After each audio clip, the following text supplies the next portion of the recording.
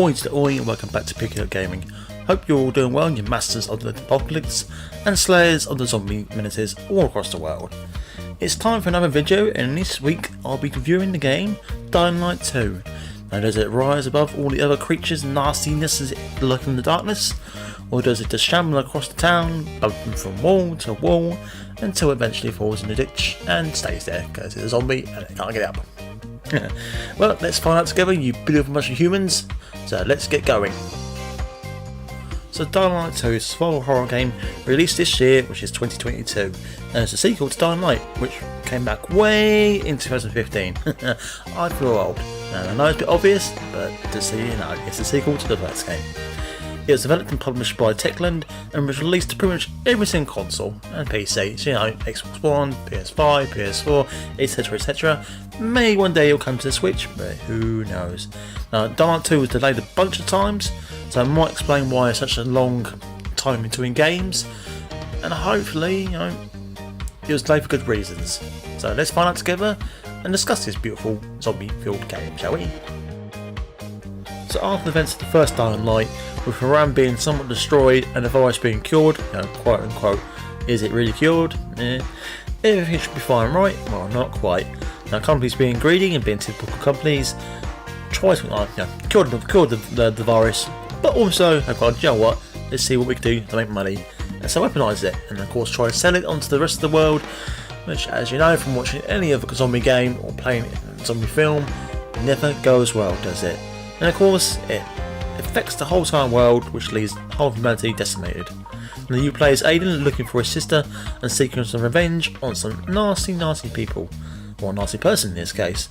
Going for the city of Villador, which supposedly is the last city on Earth which, you know, is standing thanks to the zombie virus. And you go through the city meeting different humans, different characters, some interesting, some are not. Also come across different factions throughout the city. Now for me, I preferred the first Dying Light, because there was less humans involved. This one should be more focused on humans, which plays more into the RPG side of the game. For me personally, less zombies, more zombies and less humans. But anyway, that's basically the story. Basically, simple story, not much to it. You'll play as a character, going through, meet different characters, looking for someone after events. So, nothing really deep there, but it serves a purpose. Much like the first game, parkour and climbing and running and jumping is the most entertaining part of the game.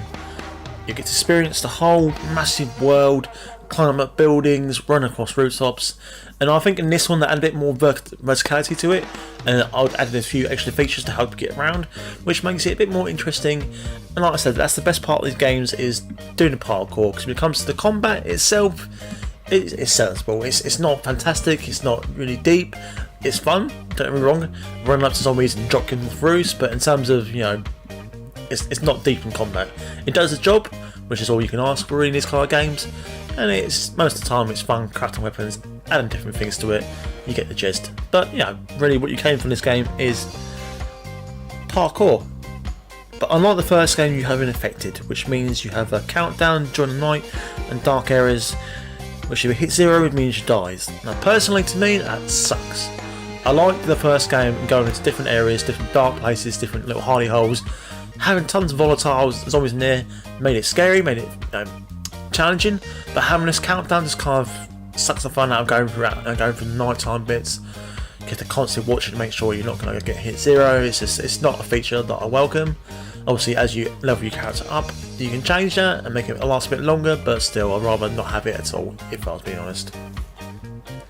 And like with most RPGs, you have a crafting system, a leveling system, where obviously you level your character up, different abilities, including parkour and combat, as well as like obviously attachment to weapons, finding collectibles throughout the city. So, you know, your usual kind of RPG, which you can add stuff to it, add a bit more to the gameplay and depth, but also can make it feel a bit bloated at times, if I may be honest. As far as control goes, it's a bit clunky at times with the climbing and running, but other than that it's fairly responsive and enjoyable. I know it takes time to get used to some of the different commands and tools that you might use throughout the game.